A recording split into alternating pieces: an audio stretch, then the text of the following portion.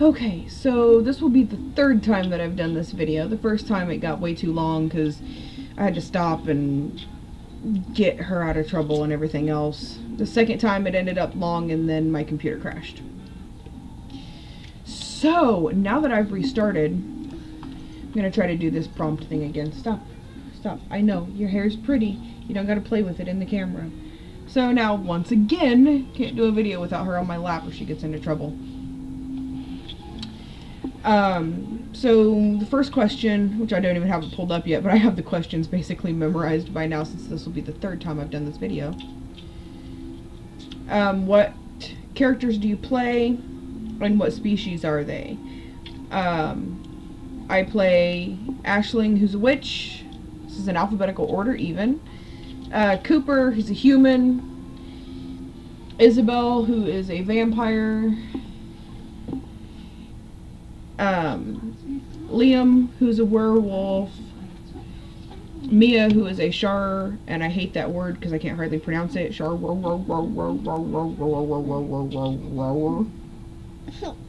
Apparently she thinks that's funny.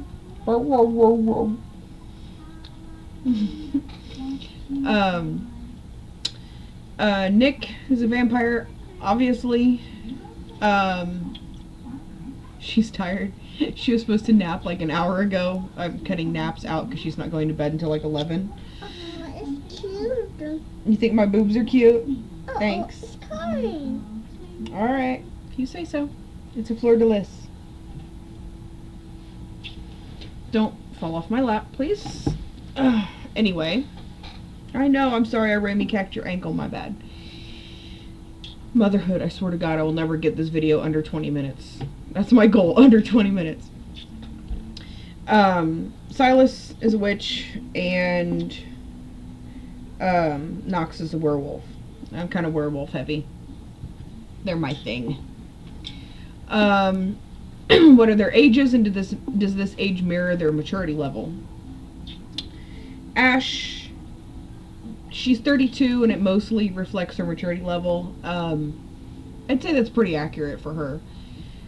Cooper he just turned 21, and in a lot of ways he's mature for his age because he's had to deal with the concepts of death and sorry, Lily, apparently it was hat day today, so hence the hat. Can I take my hat off? Can I take it off? No? Okay. Want a puppy? My hat. Where's your hat? My hat. I don't know where your hat is. Your hat's probably over there somewhere. It's over there on the floor where you took it off, see? And I'm not letting you down to go get it because you'll get into trouble. You won't come back. Have a puppy? Here, have a puppy. You can curl up here on Mommy's lap. Just like this. And you can have a nap while Mommy talks.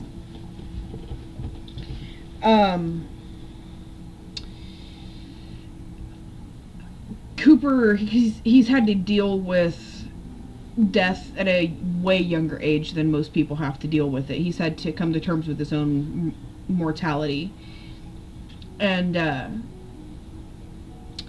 I think that makes him mature for his age, but at the same time, he still has this little bit of immaturity because he doesn't see his own value, he doesn't see his own worth, and he sees, not just because of the cancer, but because of how he was raised, he sees himself as expendable.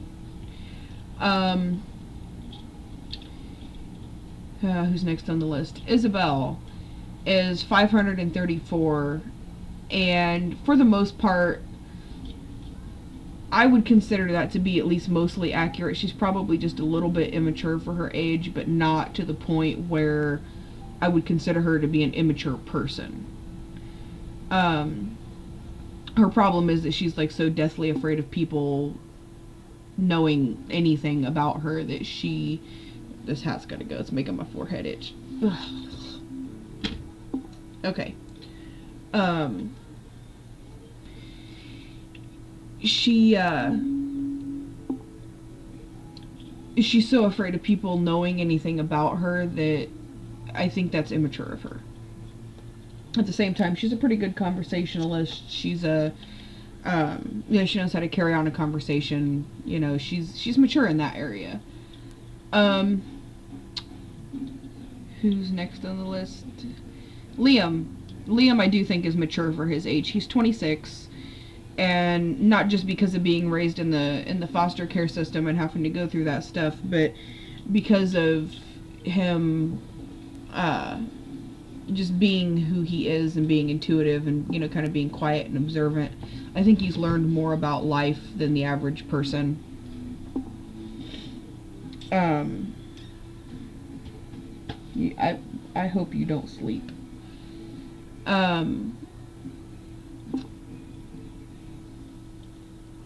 But now that he's been bitten by a werewolf, I think Liam probably acts more like a 2-year-old. So that'll be fun to watch his character develop in that way. Oh my god, who's next? Tell me who's next. You're just gonna nod at me, okay? Mia. Mia's 28, and I think that's an accurate representation of her age. She's mature because of the Shara training and the hunts that she's been on and what she's had to go through with that, but she's immature in the sense that she still believes in the good in people. She's a little bit naive in that way.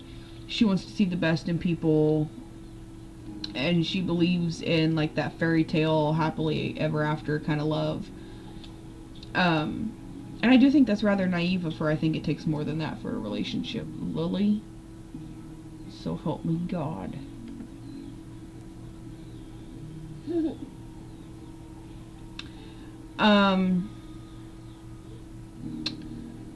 Nick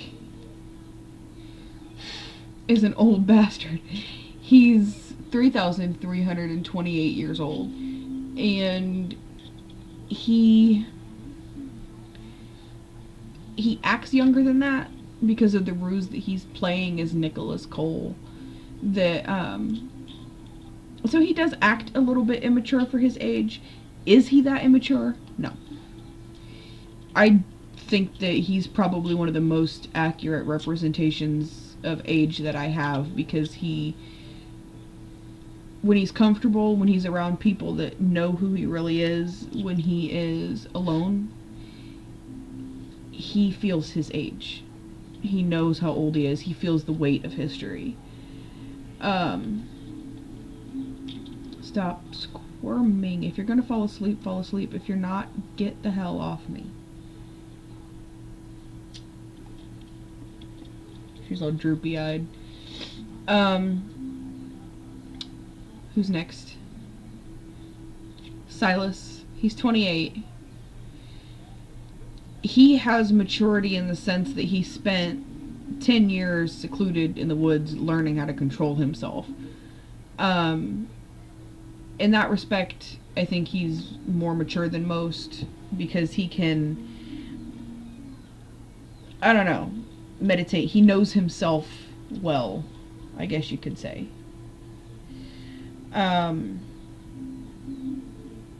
But being secluded in the woods for 10 years doesn't really lend itself to a plethora of social skills.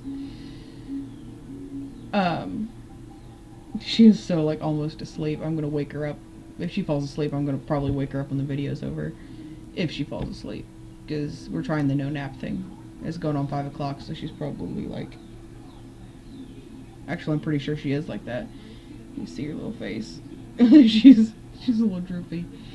Okay, and finally Knox. He's 74 years old.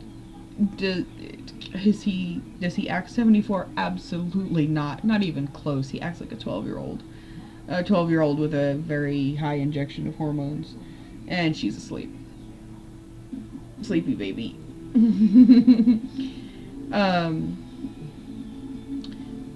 She's totally out. Let go of that. There you go. Is that an accurate representation of Knox's age? No. He's very immature for his age. The impulse control, the sleeping around, all of that stuff is... He's very immature for his age.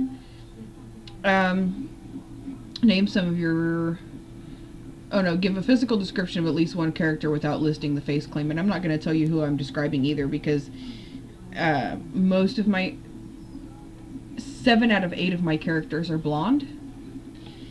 All of them are want ads except for one, and he's a canon.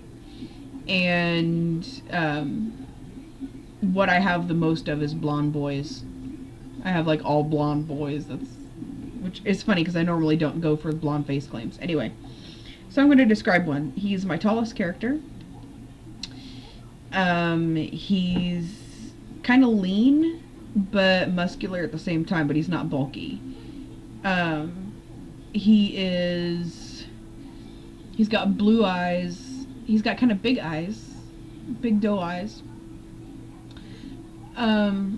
He has got the most gigantic smile ever. His smile is huge and I adore it. And he's got some curly hair, curly-ish. And I wouldn't have said that except I thought about it before on one of the renditions of this video when I realized that he wasn't my only character that has curly hair. Name some of your favorite Their World characters. Why do they stand out to you? I think this is what took me the longest on the last videos, why they were so long, because I love so many characters on the site. I love Adam because of the contrast between bloodlust and being a priest. He's basically trying to deny himself every pleasure in life. And it's interesting to see him go through with that. It's interesting to see him go through it. I like Granger because he's, again, that tortured soul. I have a thing for tortured souls. Kiston because he's a sociopath, and I think that's really awesome. I wouldn't want to know him personally, but as a character, I think it's really awesome. I think that would be really fun to play, and it's really intriguing to see him played. Don't twitch on me. She is so out, like her head's lolling.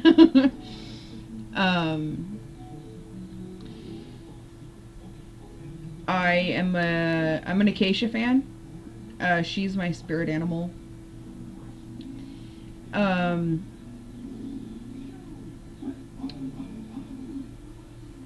Let's see.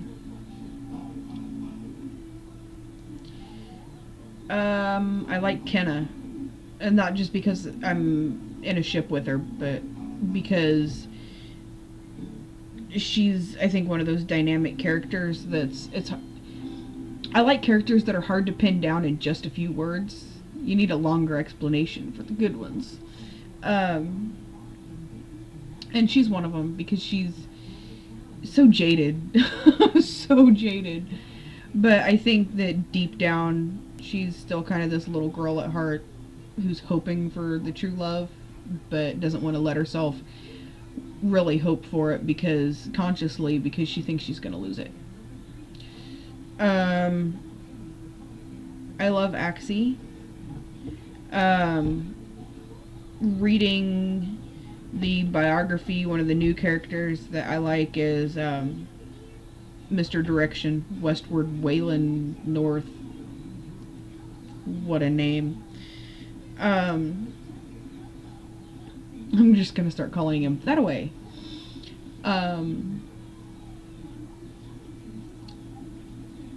He's a pretty cool character. I like Axie because she is absolutely freaking adorable. She's a tiny little pixie stick, and how can you not love her? Like, she's this tiny little pint-sized, completely innocent looking, and then claws come out. And I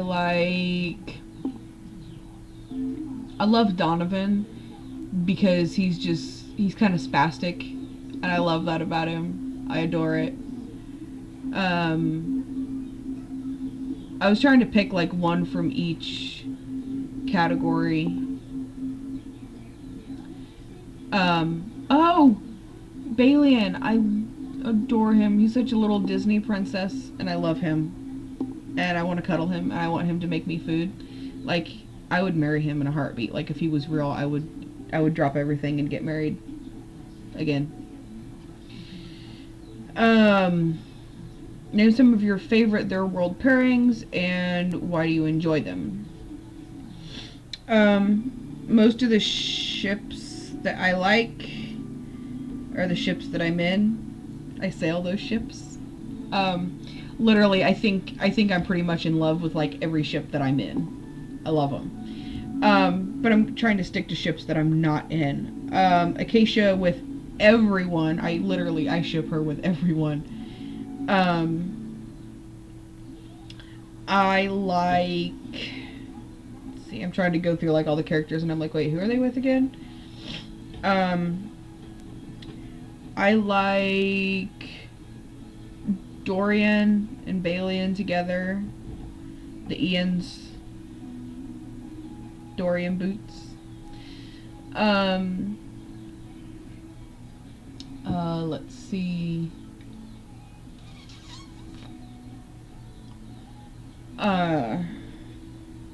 Anshar and I don't even know how to pronounce her name. Lelora Ree. It's fun to say. They haven't even been in a thread together yet, but I still ship them so hard. This is getting long again, so I'm going to cut that off there. Oh, my favorite crack ship. That's going to be Anshar and Amelia, because I don't think anyone truly comprehends just how much Nick hates that they're in each other's heads. Like, I think that once he learns that, he might actually like go to Saudi Arabia and try to gouge Anshar's eyes out while he's asleep. It might happen. Maybe that's how they all end up there. Maybe that's how the lid gets blown off the thing and he gets awakened. Nick's gonna try to gouge out his eyes. He'll fail, but he'll try. And on my last video, I added a little something extra on the end, and I'm going to do it on this one too. I'm going to repeat myself. I love you guys. Like, seriously, you are all such amazing writers that some of the stuff that I read on the site just blows me away, and I'm like, why are we not writing books? Like, why are we not making money off of this? Because you are all seriously amazing writers. And the concepts and the plots and the character development and everything, it just blows me away. It makes me want to be a better writer. And I don't know what my role-playing life would look like without this site, because it's awesome. And you guys are the ones that make it awesome. And, you know, I get up in the morning and I'm like, ooh, I wonder what's new on their world. And, you know, before I go to bed at night, literally the site's like the last thing that I check. I don't go around and check the locks on the doors. I check the site and go, okay, is that it? Is that it? Is no more? No more? Okay, I'll check what I missed in the morning. Does that make for an unhealthy relationship between me and the site? Probably. But I wouldn't have it any other way. Melissa, I'm not looking at Skype yet. I'm in the middle of a video, and I know you're the one that messaged me. Okay, I'm gonna look. Yep, you're the one that messaged me. Love you too.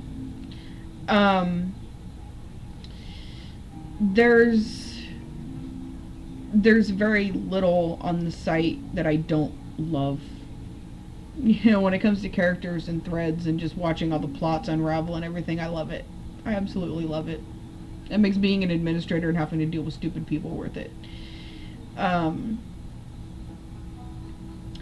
And there was something else that I was going to add on there, and I can't remember what it was. I really can't remember.